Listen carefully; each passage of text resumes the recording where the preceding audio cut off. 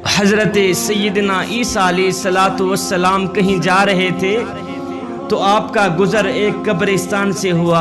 آپ نے دیکھا کہ ایک قبر والے کو عذاب دیا جا رہا ہے، فرشتے اس کو عذاب دے رہے ہیں، بیچارہ تڑپ رہا ہے، عذاب میں مبتلا ہے، اس کی قبر میں آگ بھڑکائی جا رہی ہے۔ اللہ کے نبی یہ دیکھتے ہوئے آگے چلے گئے۔ کام کر کے جب واپس پلٹے، اسی قبرستان سے آپ کا پھر گزر ہوا تو آپ نے دیکھا، دیکھ کر حیران رہ گئے کہ جس قبر میں آگ بھڑکائی جا رہی تھی، اب اس قبر میں گلاب کے پھول اگے ہوئے ہیں، اس قبر میں نور ہی نور ہے۔ اللہ اکبر، پھول اگے ہوئے ہیں جن کی خوشبو سے قبر میں عطر پھیلا ہوا ہے، اجالا ہی اجالا ہے، روشنی ہی روشنی ہے۔ اللہ کے نبی حضرت سیدنا عیسیٰ علیہ الصلاۃ والسلام دیکھ کر حیران رہ گئے۔ آپ نے دونوں ہاتھ اٹھائے، عرض کی یا باری تعالیٰ، ابھی گیا ہوں، یہاں سے گزرا ہوں، میں نے دیکھا ہے قبر والے کو عذاب دیا جا رہا ہے، قبر والا عذاب میں تڑپ رہا تھا۔ تھوڑی دیر کے بعد جب میں واپس پلٹا تو کیا دیکھا کہ وہی قبر والا جنت میں ٹہل رہا ہے۔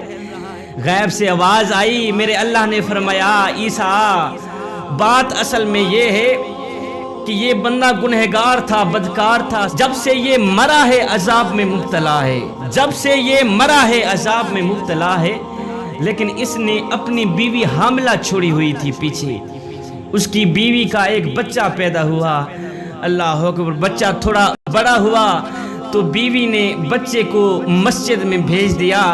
آج حافظ صاحب نے بچے کو بسم اللہ الرحمن الرحیم پڑھائی ہے۔ اے عیسیٰ، ہمیں حیا آتی ہے کہ جس کا بچہ ہمارا نام لے صبح و شام ہم اس کو عذاب میں مبتلا کریں۔ اے عیسیٰ، ہمیں حیا آتی ہے کہ جس باپ کا بچہ صبح سے لے کر شام تک ہمارا نام لے اور ہم انہیں عذاب میں ڈالیں، یہ ہماری رحمت گوارا ہی نہیں کرتی، یہ ہماری رحمت گوارا ہی نہیں کرتی۔ بچے نے صرف بسم اللہ الرحمن الرحیم پڑھا تھا، ہے بسم اللہ کے صدقے باپ کی بخشش ہو گئی، باپ کی مغفرت ہو گئی۔ اپنے بچوں کو قرآن مجید کی تعلیم دیں، اپنے بچوں کو قرآن مجید پڑھائیں، دین سکھائیں۔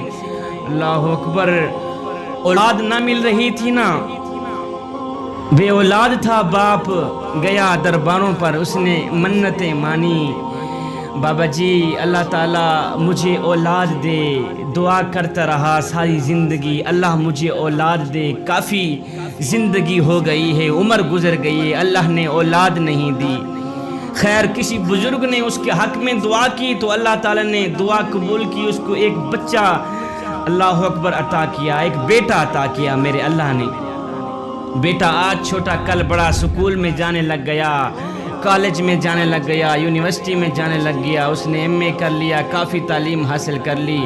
اللہ کا کرنا ایسا ہوا کہ بیٹا بیمار ہو گیا، اتنا بیمار ہوا کہ ڈاکٹروں نے بھی جواب دے دیا کہ اب یہ نہیں بچتا، اس کی زندگی کی جو ایک دو سانسیں ہیں آخری رہ گئی ہیں، یہ نہیں بچتا، اس نے اپنی عمر میں جو کچھ کھانا تھا کھا لیا ہے، جو کچھ پینا تھا پی لیا ہے، اب یہ نہیں بچتا۔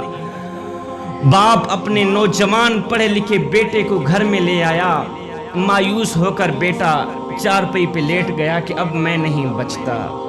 اللہ اکبر، موت کا انتظار کر رہا ہے، موت کا انتظار کر رہا ہے کہ ابھی آیا موت کا فرشتہ، ابھی آیا موت کا فرشتہ، ہے آخری وقت تھا، موت کے قریب تھا۔ بیٹا رو کر کہنے لگا ابو جی ذرا میری ڈگریاں تو میرے پاس لے کے آئیں۔ باپ بھاگ کر گیا، جتنی بھی ڈگریاں تھی ساری کی ساری لے کے آیا، اس نے بیٹے کے ہاتھوں میں ڈگریاں پکڑا دی تو بیٹا حسرت بھری نگاہوں سے کبھی ڈگریوں کو دیکھتا ہے، کبھی باپ کے چہرے کو دیکھتا ہے، کبھی ڈگریوں کو دیکھتا ہے، کبھی باپ کے چہرے کو دیکھتا ہے۔ باپ بول ہی پڑا بیٹے کبھی ڈگریوں کو دیکھتا ہے، کبھی میرے چہرے کو دیکھتا ہے، بتا تو صحیح وجہ کیا ہے۔ بیٹا رو کر کہنے لگا ابو جی تو نے مجھے سکول تو پڑھایا، تو نے مجھے کالج تو پڑھایا، تو نے مجھے یونیورسٹیوں میں انگلش تو پڑھائی، کاش کہ تو مجھے قرآن بھی پڑھا دیتا، آج میری دنیا بھی سنور جاتی، میری آخرت بھی سنور جاتی۔ آج آخری وقت تھا، قبر میں قرآن ہی کام آتا۔